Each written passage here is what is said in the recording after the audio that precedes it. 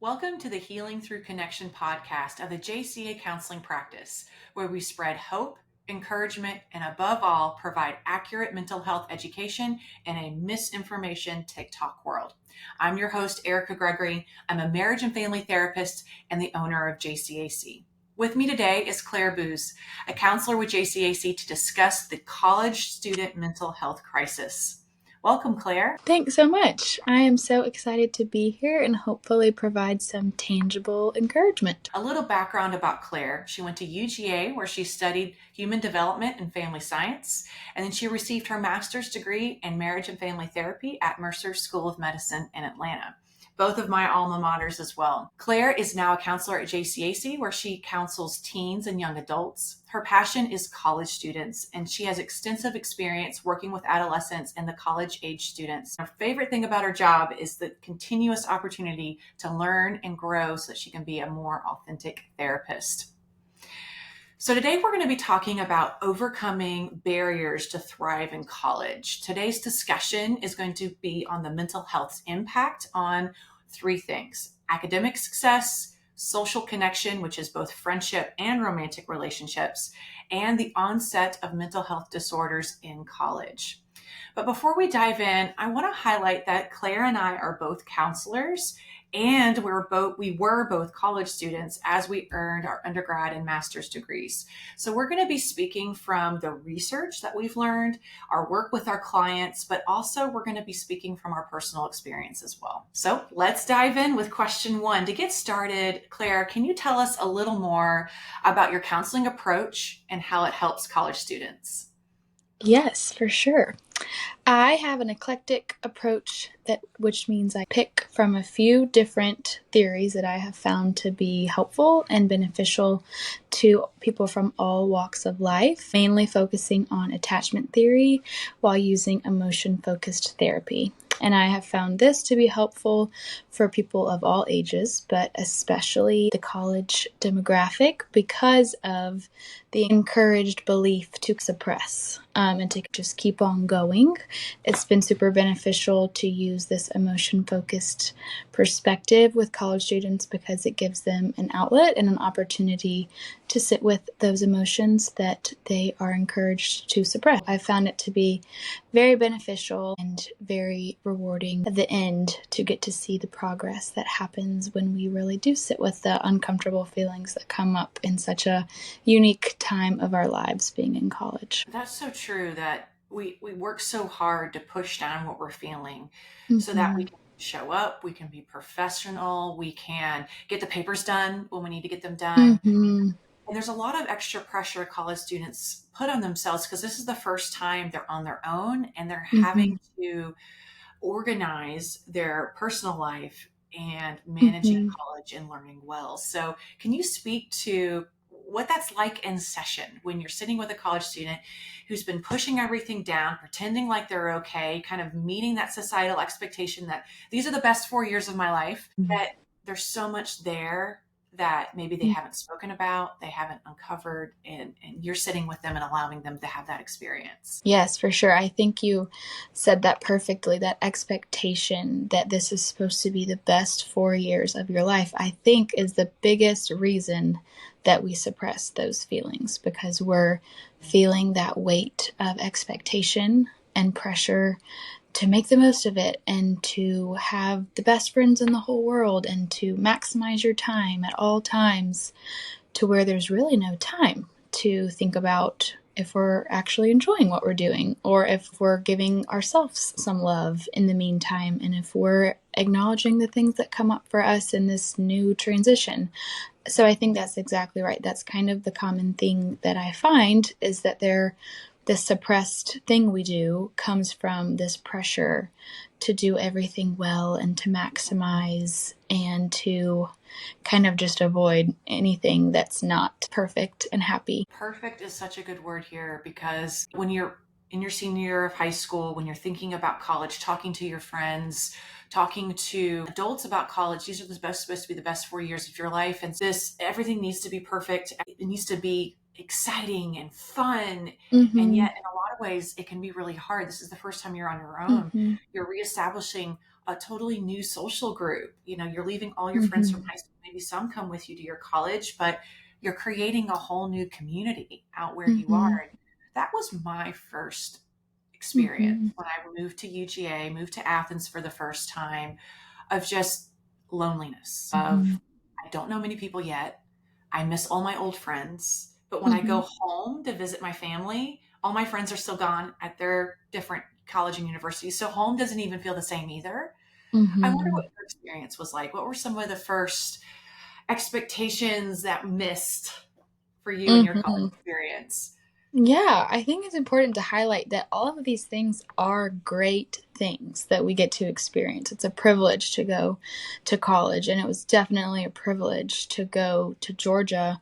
But I think that with that privilege comes even more expectation to make the most of it, that we Mhm. kind of lose that it's okay to be excited about this new thing. So I think welcoming that feeling back in and saying, I think it's great that I'm here, but it's also great that I'm realizing that it's not exactly what I thought. And I think that's how it felt for me. Definitely wasn't what I thought it was going to be. I'm actually from Athens, and I went to high school in the Athens area, so with that came double expectations for me because I wanted so badly to create something different for myself. And then going to school in a place that was so familiar to me didn't really, in my mind, those two things didn't sit together. So I was double fighting this thing that I wanted to create for myself. And I quickly found that the expectations weren't exactly going to happen exactly how I thought. And it was a matter of surrounding myself with people that welcomed that feeling as well. And so we kind of got to figure those things out together, and notice that just because our expectations were one thing doesn't mean that it's a negative thing, that they're not exactly panning out in the way we thought they were. And there's still life to be lived in that margin of figuring it out. So I think the big thing for me was finding people that were in the same situation, and we got to figure that out together. Yeah, yeah. I think what really helped me is when I started being honest about it, letting the few friends I had still back at home know, and really being intentional about, all right, well, it's time to make friends here then, but Mm-hmm. without naming it, it's really hard to know what to do or how to change. And so that really Mm-hmm. helped me. There's also academic pressure. There's a lot of Mm-hmm. hype about college and how hard it will be, and it can be. Mm-hmm. Especially in the beginning, there's a lot of weed out classes, a lot of courses Mm-hmm. where they're trying to fail you. But then there's also that balance that we have to create with our social lives. How have you personally experienced that academic pressure? And based on that experience, how can you see it contribute to a rise of mental health struggles among Mm. college students? Yeah, that's such a good question. The academic pressure I experienced is wildly different than the pressure that is being experienced right now. So I want to start by saying, full disclosure, I don't know what it's like to feel the academic pressure that I was going to say college students, but honestly, every kid right now is experiencing from my own There's a lot experience. of pressure even in the high school years and preparing for the college years. Right, right. But all that to say, it's this pressure is all built up, no matter when it begins for you as an individual, built up. And then in college, you're like, this is why I did all of this. And this is what all my teachers always said there's preparing me for. So there's honestly expectation to have it figured out by college and to say, okay, I shouldn't be feeling this pressure anymore. I've felt pressure before, so now I should have it figured out. And that word should is really just Just about to notice that. There's a lot of shoulds and all of that, and that's a yeah, warning sign of when you right. start hurting yourself. Yes, right. And so all of those shoulds along the way are maybe smaller shoulds that contribute to this really big should that you feel in college, which I can identify with. In high school, you're in classes that aren't really easily translated into the real world quite yet. And then all of a sudden in college, there are things that you can translate into the real world depending on your major and what you're studying. And so I think with that, for me specifically, brought more pressure of, wow, this stuff really matters, what I learn about. And if I'm learning it correctly, and if I'm learning it on time, and if I'm learning it in a way that's exactly how my teacher is teaching it, then I'll be fine. There's much more opportunities to do things perfectly, which, as we both know, can contribute to some black and white thinking and to some symptoms of anxiety for sure. And a lot of that, like you were saying, is the mindset. The Mm-hmm. pressure creates a mindset. That mindset creates the expectation. That expectation is also what shuts us down, prevents us from Right. talking about what we're really thinking and feeling because it Mm-hmm. should be perfect. And so if I admit that I'm struggling with this, then there must be something really wrong with me. And that's Right. where thoughts can start getting darker and darker because it's not just Mm-hmm. about this isn't what I expected. It's what's wrong with me that I'm not enjoying this, that I'm not Mm-hmm. finding the entertainment, the excitement, the passion that I thought Mm-hmm. I was going to in my college Right. experience. And the less we talk about it, the more the mindset starts getting Mm-hmm. darker and darker. And I think the statistic is 66% of college presidents, they identified their number one concern was their mental health. Mm. Can you speak to that, kind of the impact of that pressure on mental health? Yeah.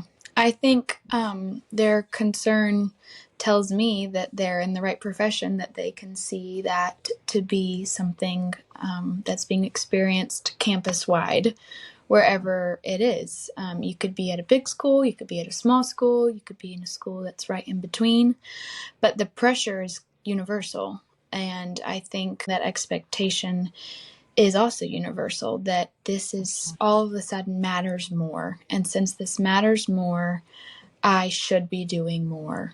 And it's a quick thing that happens in our brain. We are in a new environment that all of a sudden means something more than what we were in before. And our brain plays tricks on us and convinces us that we have to be doing more than what we're capable of sometimes. So I think that concern is a very valid one. I've found it really helpful at UGA to see opportunities that there are to find help. There were definitely moments where I needed some more help that I was easily able to access, maybe more so not through the campus necessarily, but there's definitely people that helped me connect to the therapist that I did start seeing when I was in college. That gift of, if it starts at higher up at a college, to know that there are resources available is an encouraging thing for a therapist to hear, that presidents are even speaking about that. Absolutely. With your experience mixed with also you being in the counselor role, counseling college students, sitting with them, Mm-hmm. how do you help them with these should thoughts, these Mm-hmm. expectations, this mindset? What's the work you can do that can be so powerful? Yeah, I think it really starts in a small way. I think you quickly find, once you're sitting across the room from someone, the shoulds, because we say them out loud, kind of how I have already done in this podcast with you. My shoulds came out pretty quickly, and I think that the cool thing we get to do as therapists is highlight that when we hear it and reflect back to the client that's sitting across from us, that and say, I'm noticing that you said should a lot about this one thing. I wonder if this is something that you feel some pressure associated with. And it opens up this whole new journey that we get to go on together to explore maybe where those shoulds came from. Mm-hmm. Why Mm-hmm. are they there? Who is contributing to the shoulds? Who is creating some resistance to the shoulds? And it starts small with just noticing that. I'm sure you can identify with that as a fellow Mm-hmm. EFTer, that the only homework we'll ever give is to just notice. Mm-hmm. And so that's where I like to start with my college students. If should is something that is relevant to them, just noticing it and sitting with it and welcoming it, instead of also doing what we normally do by suppressing and saying, oh, I hear you. Curiosity is such a great skill when it comes to all of this of sitting with, oh, that's interesting. I'm thinking this in association with that, Mm-hmm. rather than the judgment of, why am I doing this? Mm-hmm. Because that's what shuts us down. That's what keeps Right. the emotions suppressed. Mm-hmm. And when we are honest with ourselves, when we bring it to the forefront, when it's up here, it's a little hard, but at the same Right. time, then we can do something with it. We're Yes. now empowered with it. We now Yeah. can, we're in control rather than Right. the emotions themselves are in control. And so, if you're a parent, Mm-hmm. who is concerned about their college student, they Mm-hmm. aren't acting the same, they're not texting as much. You notice them shut down. They're way more reserved than Mm-hmm. they ever were. They're not as passionate and as excited as they were before. Mm-hmm. That some of these important questions of, are you feeling a lot of pressure? Are you Mm-hmm. experiencing high levels of anxiety? Is college not manifesting in the way you were expecting?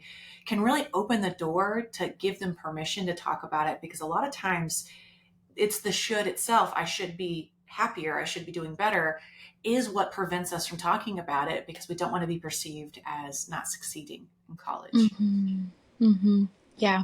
I've kind of used the metaphor before in explaining to people who aren't familiar with the therapeutic process that kind of like you would be going into surgery for something that's causing any kind of infection in your body. You find it and it's uncomfortable and you have to do something with it. It Mm-hmm. has to be nurtured or taken out or acknowledged and dissected. And it kind of hurts and you're a little bit sore after. But that means that you're doing the hard work and you're doing the opposite thing that we are typically comfortable doing is suppressing. And what we know about if it's an infection, it gets worse over time. So a good sign is if it starts to just a little bit buzz of pain, that means we are kind of right where we need to be. We've found it. And so I think bringing some light to the fact that it's okay to sit in the uncomfortable feelings with someone that you trust in therapy too. I think that's important to note that. That creates healing. It's Right. much easier to heal something small that is starting to grow, Mm-hmm. create healing around it, than to have to heal something that's huge. It makes me think, this is a weird example of Mm-hmm. Dr. Pimple Popper, that show Oh, that's yeah. out there. And one of the things, I don't really watch that show, but I've seen the commercials and things, and it's just the sores, the wounds, the areas that need to be taken care of by this doctor are huge. And the Mm-hmm. question I always have is, what made them wait so long to ask for help with Right. that? And it's the same thing with mental health. Why are we waiting so long to ask for help? Mm-hmm. In our marriages, I see this in marriage therapy as well. The average, I think, in the statistics is most people suffer in their marriage for 8 years before they finally admit they need help and start seeing a couples therapist. And what's Mm-hmm. sad is sometimes there's so much water under the bridge, it's really hard to come back from that. When if we asked for help in year 1 or 2 of the struggle, then there could have been a lot more work and a lot more healing that Right. could have happened to repair and create a loving marriage. And so it's just kind of that bigger picture of, when you're struggling, the more we're honest with ourselves and authentic with ourselves, the more likely we're able to get in Mm-hmm. control of that struggle and Mm-hmm. move forward in a really positive way. Shifting to friendships. Yeah. Socialization, friendships, romantic relationships are a really important piece of the college experience. For sure. And so, in navigating those in college, what do you feel is an important factor from not only your personal experience, from the counselor experience as well? Yeah. I'm thinking about the friends that have stuck with me since my time in college, and the common characteristic of all of them are their authenticity. And while we were different people our freshman year at Georgia, we were still authentic. And I think that has kept us close to this day because I think authenticity is attractive to someone else who is authentic, and that immediately bonds because, like you said, things do change when you're in this new environment, and to be able to remain authentic to yourself is a very difficult thing to do. Can you give an example of an inauthentic conversation with a friend versus an authentic conversation with a friend, so that there's some context to what you mean? Yes, I would love to do that. When I'm thinking about a not authentic conversation, it's easier to remember feelings more so than context for me. So I'm thinking about the feeling I feel when I'm in a conversation that I know is not authentic. And those feelings kind of come up like, get me out of this. Can someone please come save me from this conversation? And I kind of am thinking, okay, what can I say to end this conversation? So when those feelings come up, trusting like, okay, this isn't an authentic conversation, But when I'm thinking about maybe some context that could be more applicable for people if we're trying to get specific, some not authentic conversations sound like, what are you wearing tonight? Or who are you bringing on this date night? Instead of the conversation going from surface level to deep, because I'm thinking it could go deeper if you're saying, who are you bringing tonight? Oh, I love that person. We were friends in college or in high school. And the conversation can go deep. So I don't want to write off that question. But when the conversation just kind of stays on the surface the whole time and there's no following up with the questions and we kind of just stay right here the whole time, those conversations don't feel authentic to me. And I think that it's maybe And more also another comfortable thing for I people. noticed in the question itself is you're asking them what their preference is, what they want to do. And so I also I feel like there's a layer of that too. Of there's never room for your preference. There's never room Mm, for what you want. It's mm-hmm. always what are they doing? What are they wearing? Who are they bringing? I need to be like that. So Yes. it's like you're looking the question, thinking through the questions you're asking. Am I looking for their approval? Am I trying to be like them, or am I Mm-hmm. actually being myself? Do I feel safe in sharing my opinion? If I don't want to go to that restaurant and I want to go to a different restaurant, is it okay for me to even bring that up? Mm-hmm. Yeah, I think I noticed as I was saying those questions too, these questions that feel not authentic to me kind of all are being asked with the purpose of fitting into this mold that we're all comfortable existing in, that there's not a lot of room for individuality. So those Right. questions are being asked with this confirmation bias, like, okay, check, check, we're doing the same thing.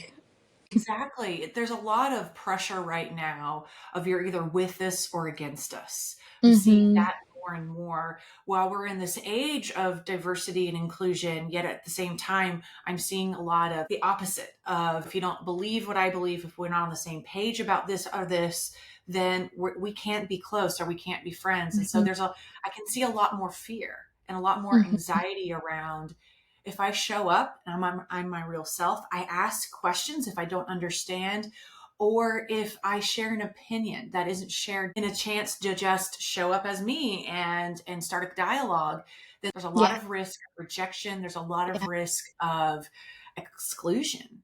And Mm-hmm. that has a huge impact on us. Why don't we speak a little bit about that on just the mental health impact of the fear of Mm-hmm. rejection, the fear of Mm-hmm. non-acceptance? Yeah. I think it's important to start with identifying feeling connected as a human need. And we're fighting for our human need when we're fighting to feel connected to people. And we're all walking around with that desire. So it's a universally experienced feeling that manifests differently in every individual. What have you seen in your counseling practice of college students who are a little bit more on the lonely side or have a Mm-hmm. lot of fear of rejection? So they have a lot of appeasing Mm-hmm. type You're right. behaviors. How do you see it affecting their mental health? Yeah, it's debilitating to someone who has experienced feelings of loneliness when you are rejected, because if it's a human need that we're all not feeling, we're at a deficit.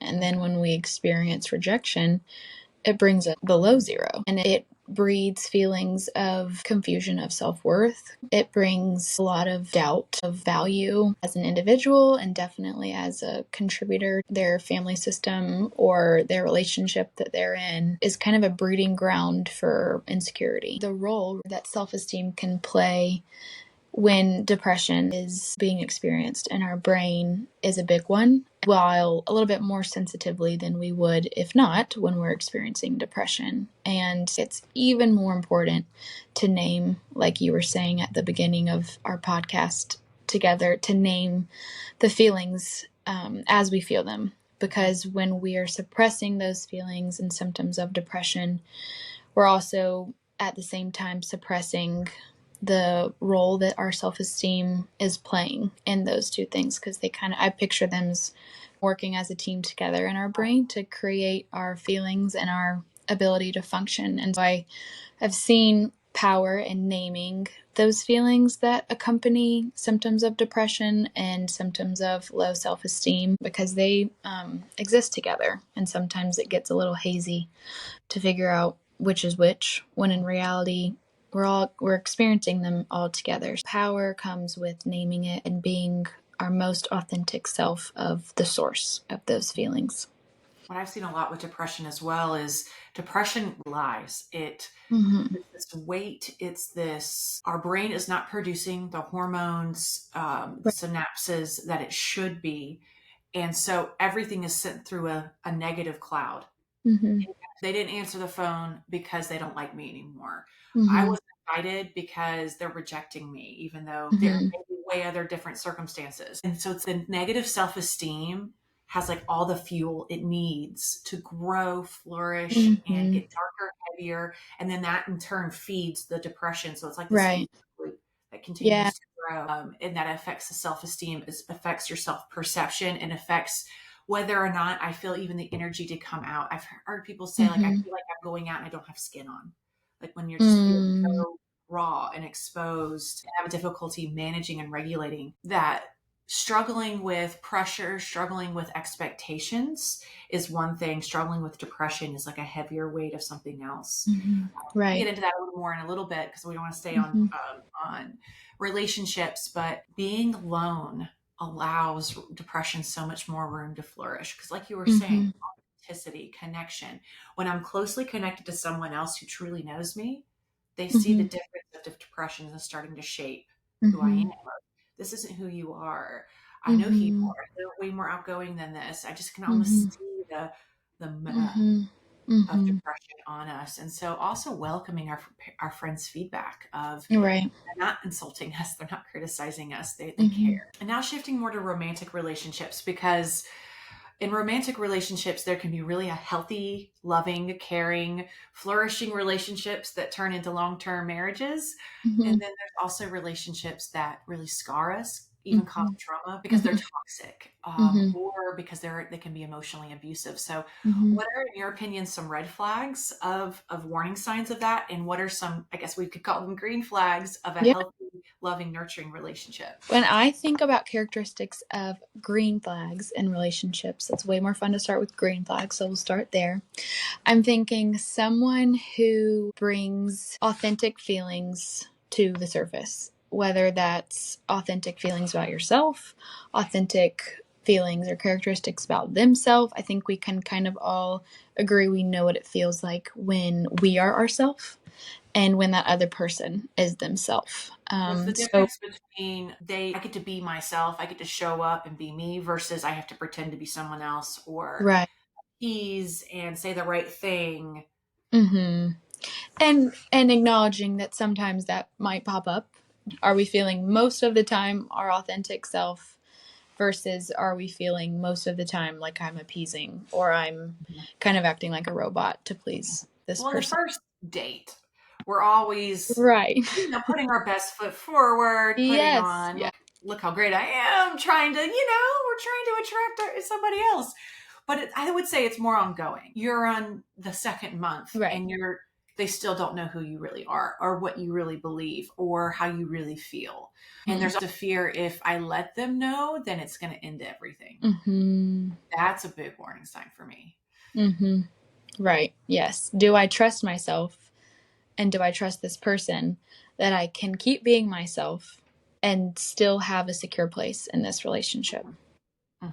Yep, exactly. So great. Authenticity, that's a first green flag, or a lack thereof as the red flag. What would be another red flag? Yeah, I think another green flag would be that they are supported by people that you enjoy being around. If they are friends with people that you also enjoy being around, I think that that is a green flag. If you can spend time with their friends, then you can with them. If you can see yourself being a part of their friends when you're assessing if this is something that you want to continue or not, because the people that we spend our time with kind of create who we are along the way. So if you're thinking long term with someone, I think it's important to also enjoy the people that they spend time with. And I also would say vice versa. They enjoy your people. They fit in Right. well with your group, your family, your friends. I think a huge warning sign I've seen in abusive relationships is when they try to start isolating you, or they try to Right. start coming up with reasons of why you shouldn't hang out with that friend, or Mm-hmm. why what's wrong with your family and why you shouldn't trust your parents anymore, and different things like Mm-hmm. that, kind of cutting off your support and Mm-hmm. coming up with reasons why and justifying it. That, I would say, that's a huge warning sign of they're trying to isolate you and make it to where they're your center focus. Mm-hmm. Right, for sure. I think it's important to be in tune with the way you feel about your friends too. Are the quality of my friendships still growing? And just as there with my friends that I felt at the beginning or before I was with this person. Absolutely. Let's think. Any other green flags? Really good signs that things are going well. Yes. This is a funny one, but I'm thinking if you're sleeping well at night, that is a green flag also. If your body can relax at the end of the day when your head hits the pillow, not that they should be your ultimate source of rest, but I think that all of our feelings kind of come up at the end of the day when we're finally going to sleep.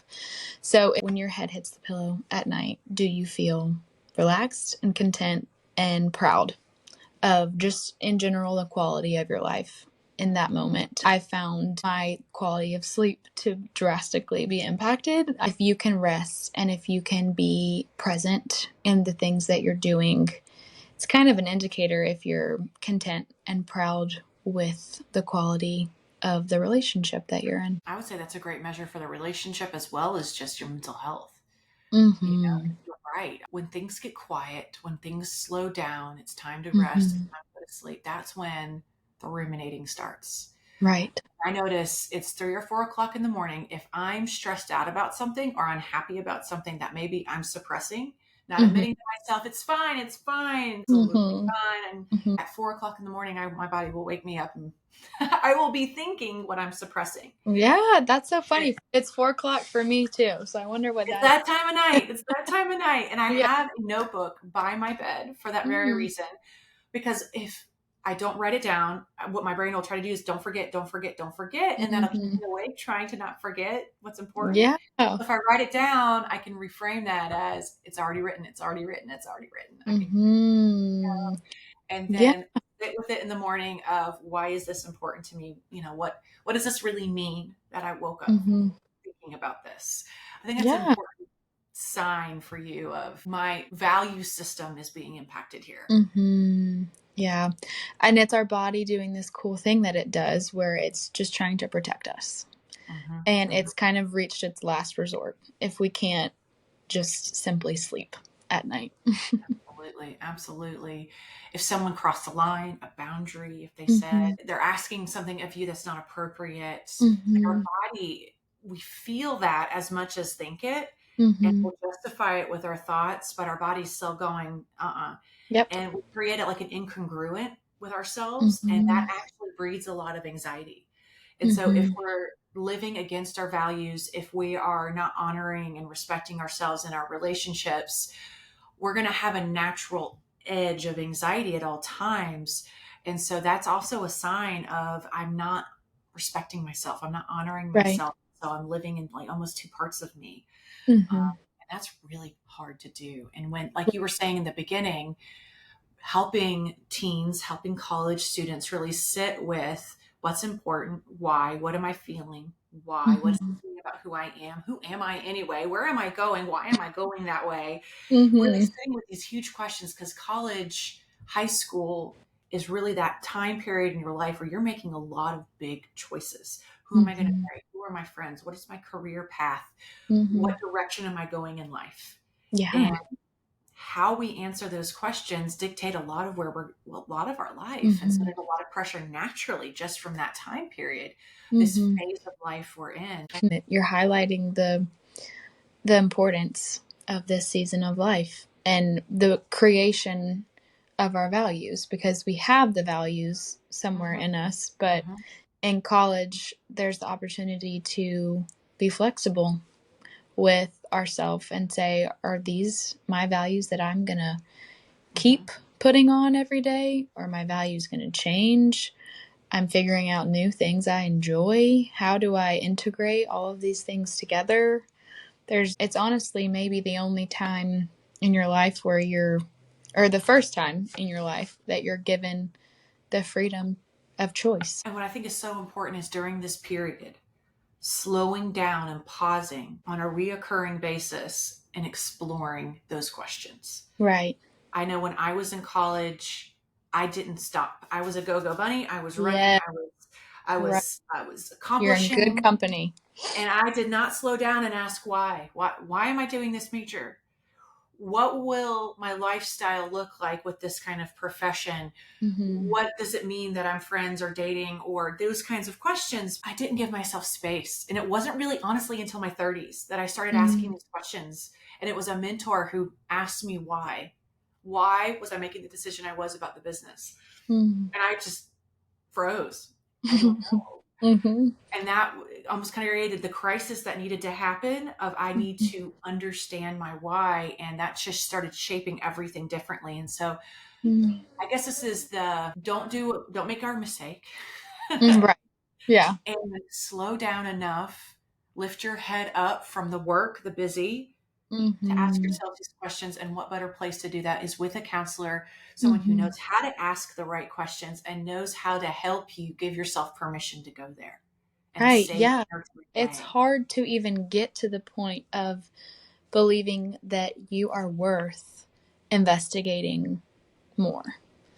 I Mm-hmm. think that Mm-hmm. that is what I think never loses its sparkle with me when clients come in. The fact that they even have gotten to the point where they want to learn more about themselves, it gives me chills to think about. It's the most beautiful thing, It but it's really is. hard to get there. It's hard to slow down, like you said, enough to even realize I am worth investigating this recurring pattern that I see in my life. I'm worth figuring this out with a trusted professional.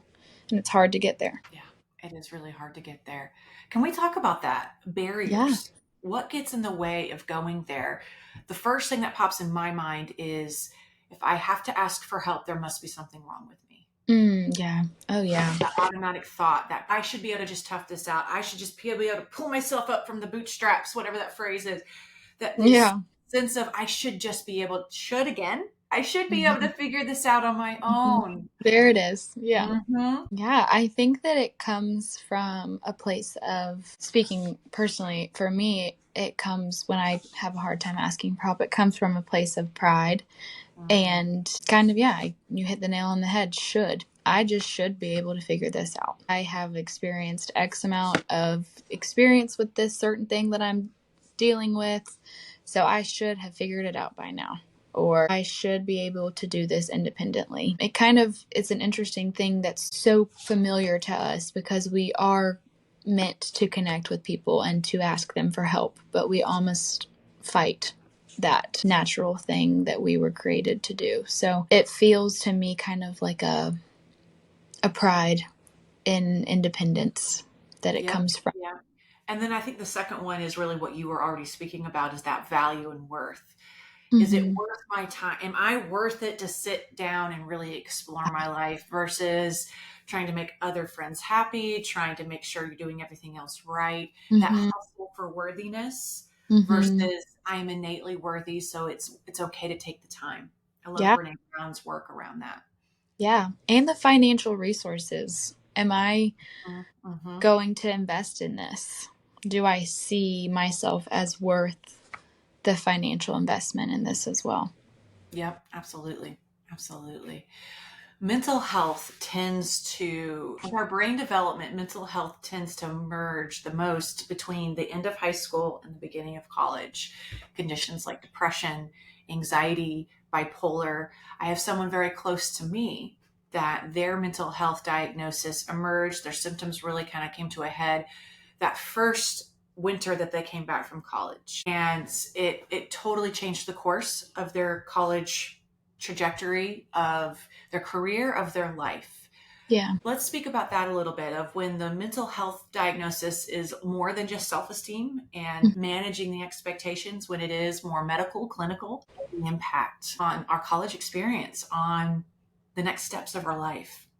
Yeah. I'm imagining that diagnosis as having power to that person that you're speaking about, in a way that nothing else has had that power or impact on their identity before. So first of all, it's a new, unfamiliar word or words or phrase that is all of a sudden tacked on to us. And a lot of unfamiliar symptoms. I'll go into more detail. The diagnosis was bipolar.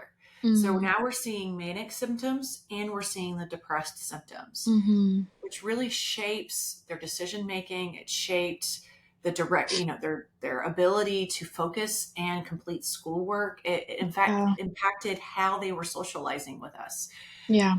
And so it's like a lot of their identity was also shifted Right. because of the symptomology and because of the diagnosis. Yes. Yeah. Of course, the symptoms, especially when we're speaking about bipolar, are very noticeable to the people around us as well. So it requires a lot of grace to be given to yourself individually because it's not a private thing. If we're speaking more specifically about anxiety and depression, it can start really private. I Good think. thing to distinguish.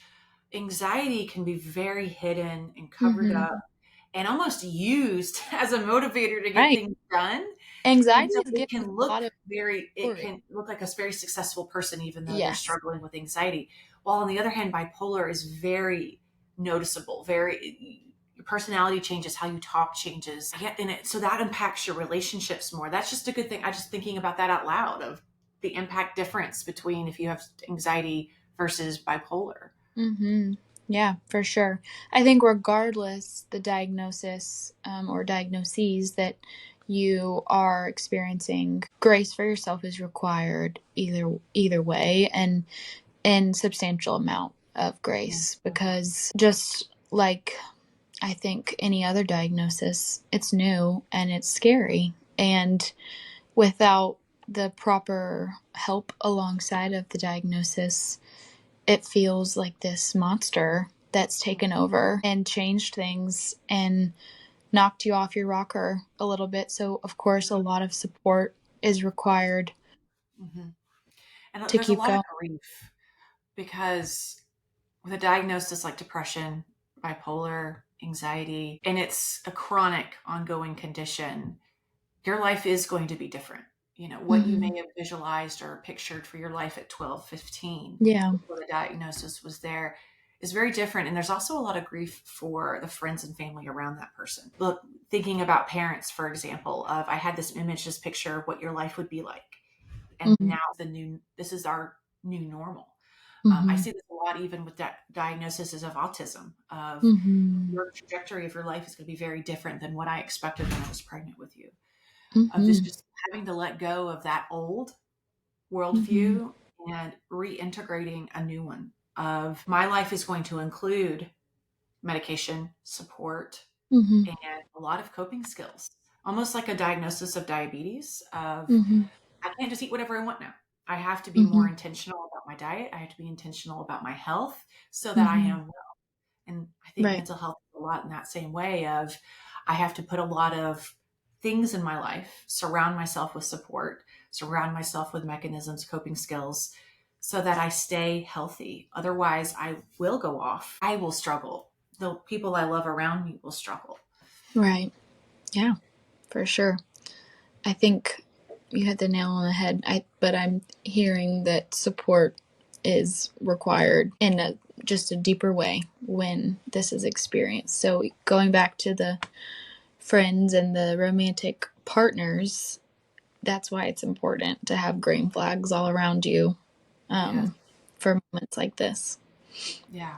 I think struggling in these kinds of ways, whether it's anxiety, depression, or just hitting a low, it doesn't have to be Mm-hmm. depressed, but just hitting a low, hitting a tough patch of life. Real friends are the ones who will help pick you up when you fall and Mm-hmm. also will celebrate you when you succeed. So there's a Right. lack of envy Mm-hmm. and jealousy, lack of all of that. And Mm-hmm. there's I'm not going to judge you when you're down. I'm going to be that person to put my arm around you when you're down, and vice versa. Then I can be down too. A scary thing that could go along with bipolar, depression, and anxiety is suicidal thinking. And a lot of people don't ask for help when those thoughts are happening, or they're the friend who doesn't know what to do when those thoughts, when they hear their friends share those kinds of thoughts. So can you speak to a little bit about how we walk alongside those who may be having these scary type of thoughts? Yeah. I think to kind of tie it all in a bow back to the suppressing, I think that those thoughts become louder and more real when we suppress. And as therapists, we have a privilege to sit in a room with someone experiencing that and serve as some resistance to that suppression of the suicidal thoughts. The way that I work with clients that are experiencing this, I find it important to ask the questions that are, without fail, come across as uncomfortable questions every single time that they come out of our mouth, because the reality of what we're asking is pretty heartbreaking. But when we can comfortably ask the questions with a client that has our trust, there's a lot of power in that. What I have found in my experience is once that question is asked, that's where the work begins. Because we've been working and we've been establishing trust along the way for the client to experience someone sitting across from them that cares enough to ask a very hard question. A lot of things happen in those neural pathways in their brain that say, I am cared for. This person's asking me what feels like a very awkward question because they care, and because they care about my mental health and my safety. And so a lot of work happens just in those simple words of asking those questions. And from there, we get to explore them more. And just like we would talk about anything else, we talk about, okay, what's triggering this? What's your plan? And how long have you had this plan? And do you have access to these things that you're using in your plan? I mean, we go as long as we need to go to get to the answers that our clients have. And so sometimes they stop at, no, I don't have thoughts about suicide. And sometimes they stop at, yes, I do have a plan, and this is what I'm doing. And I've had experience with clients all across the board, but the universal experience is that the words have to be shared, that these are their thoughts, and it's almost imperative. Someone who's brave enough to ask is Yeah. someone saying, I see you. Yes. And Right. not only the struggle you're in, but the pain that's underneath it.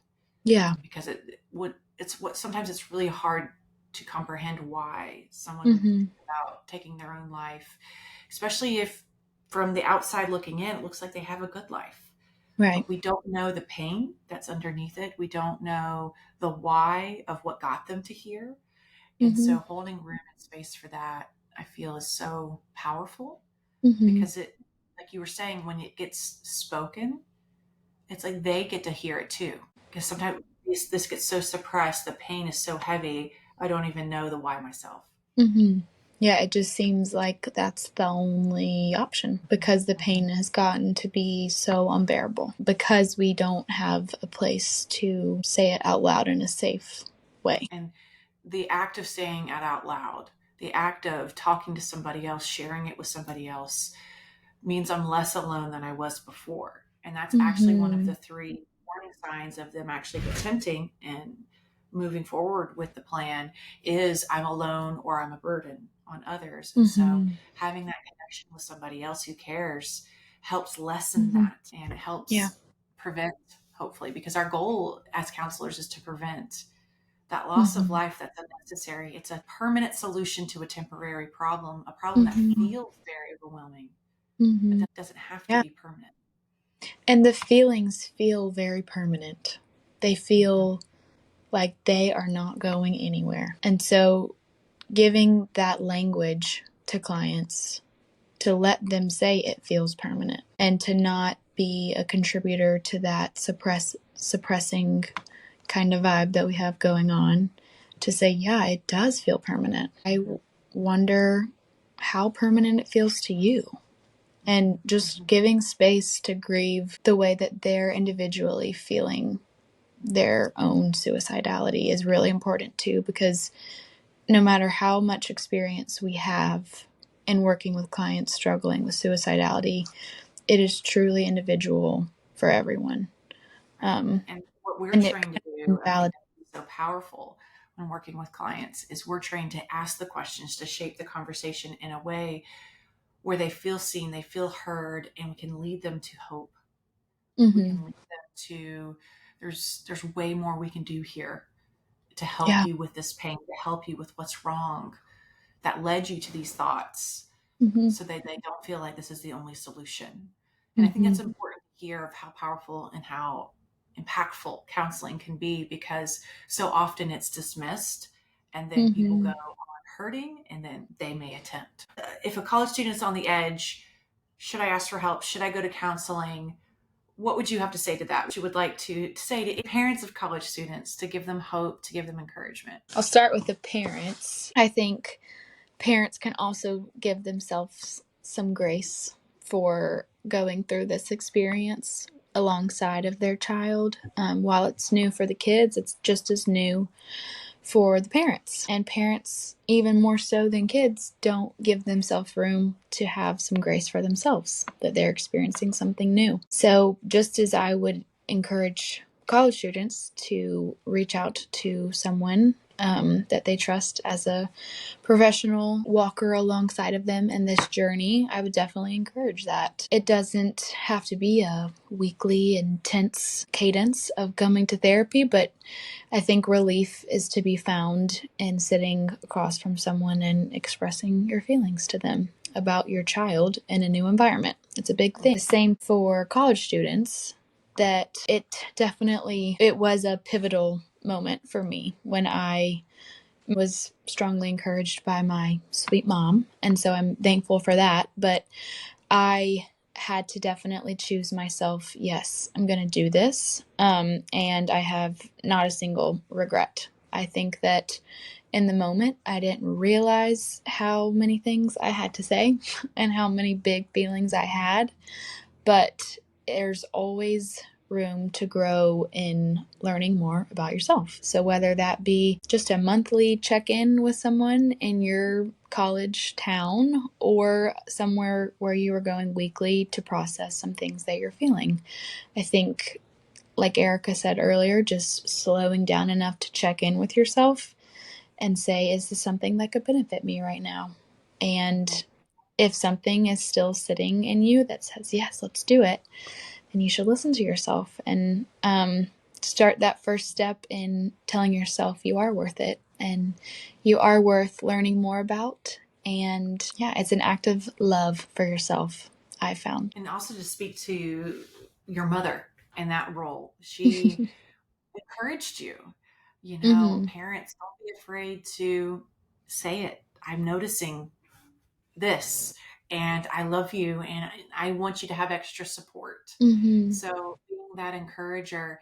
Now, if you say what's wrong with you, get some help, that will feel very Mm-hmm. different than I love Yeah. you, I care, and I want to see you have extra support. That's a very different. So how you say it, how you offer that is Mm-hmm. really important, but don't be afraid to speak it out loud, Yeah. to notice, Yeah. because they are, I know they're your child, but they're an adult too. And it's also a learning ground for the parents of how do we interact as adults when you're still my Mm-hmm. child. And so Mm-hmm. still supporting Yeah. them, still caring, still leaning in, Yeah. because they need it. They may need that support. They may need that one more person to say, you can go Yeah. get help. It's okay.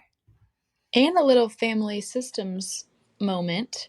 You could go together if it's something that Yeah, sounds appealing to you. Mom, daughter, mom, son, dad, anything. If you're looking for a specific family therapist, that's something that you can search for as well. absolutely. Absolutely. I do that all the time. Mom coming with the teen to help them feel a little bit more comfortable in Oh, that yeah. first time, or even a friend coming to help them feel it's all okay.